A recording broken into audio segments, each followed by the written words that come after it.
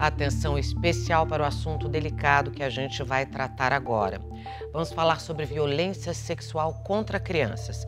Um crime que deixa marcas profundas nas vítimas e é um dos menos denunciados no Brasil.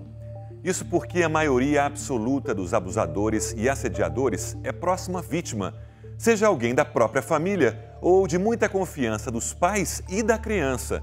Nos casos que a gente vai contar agora, o abusador era um professor. Um adulto que ensina crianças e jovens a soletrar segredo. Falava que era pra deixar entre a gente. Eu não sabia o que podia acontecer se eu falasse pra alguém. Nunca mais na nossa vida pra mim. Esta menina e os dois garotos sofreram abuso sexual. As histórias são tão fortes que a gente resolveu poupar estes jovens. A partir de agora, vamos reconstituir as entrevistas feitas com eles nesta reportagem com atores. A gente só sabe da dor quando acontece na nossa casa. Por muito tempo eu ficava muito mal quando eu lembrava. Era uma coisa que eu tinha vergonha de ter acontecido comigo. Muitas meninas sofrem em silêncio, com medo de serem julgadas. O rapaz que caminha ao meu lado por esta rua de Maceió tem 18 anos e aparece como vítima num processo de abuso sexual. Eu me sentia menos homem, me sentia culpado. A história dele, que combina confiança, assédio e depressão, começou a ser escrita em maio do ano passado, quando o adolescente aceitou a carona de um homem que parecia acima de qualquer suspeita. Professor de uma faculdade conceituada, coordenador de encontros de jovens, casado, pai e conhecido pelo círculo de amigos da vítima. Eu entrei no carro e ele veio já com umas brincadeiras. Eu achei até que ele tinha 20 anos, porque ele estava de máscara. Mas o professor tinha o dobro. No trajeto até a casa do jovem, ele dirigia o carro com uma mão e com a outra tentava tocar o garoto. Ele começou a tentar pegar no meu... No primeiro toque eu disse, não estou entendendo, o que é isso? O que está acontecendo? O professor parou o carro. Eu tentei me esquivar, mas ele colocou a mão no meu peito com muita força. Eu travei, não consegui fazer nada. E ele simplesmente me disse que me levaria para casa se eu não fizesse nada. Ele conta que, paralisado pelo medo, foi incapaz de reagir. Eu só conseguia chorar. Quando acabou, eu não conseguia fazer nada. Não conseguia nem me mexer. A partir dali, o choro, a insônia e a falta de apetite passaram a ser parte do dia a dia do garoto. Eu estava a ponto de fazer alguma besteira, porque eu não estava aguentando mais. As mudanças no comportamento não passaram despercebidas pela mãe dele. Comecei a levar ele no médico, fui para a urgência várias vezes, fizemos vários exames, os diagnósticos todos dele foram todos descartados de qualquer questão clínica.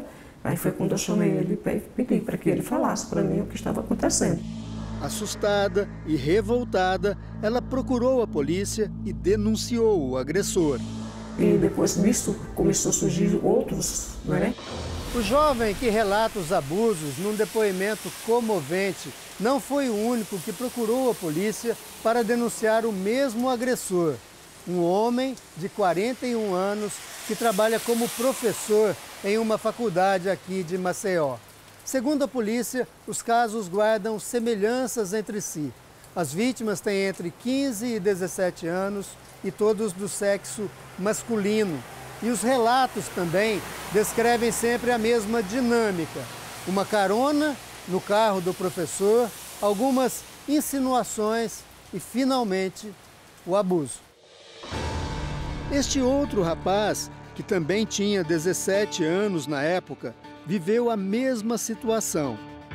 Eu podia ter feito alguma coisa quando ele abaixou a cabeça, mas no momento eu não consegui. Tipo, eu travei. De acordo com dados do Anuário Brasileiro de Segurança Pública, 75% das vítimas de estupro são pessoas consideradas vulneráveis.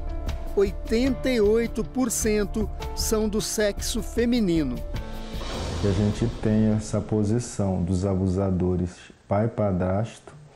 A gente vai depois na segunda categoria, que são professores, e depois em terceiro, líderes religiosos. Adalberto era professor da filha desta mulher que não quer se identificar. Ele era o sensei da minha filha há muitos anos. A minha filha foi a primeira aluna de karatê do colégio. Aluna de um dos mais tradicionais colégios de Belém do Pará, a menina praticava karatê com o professor Adalberto Sanches, um ex-militar que se tornou orientador educacional da escola. Ele falou que queria ser meu segundo pai. Acostumada com ele desde pequena, a menina demorou a se dar conta de que aquilo que o professor fazia ao longo dos anos não era normal. Tocar nas partes íntimas, beijar os seios, tocar nos meus seios. E aí começaram a ficar em alerta, começaram a se ligar no que estava acontecendo.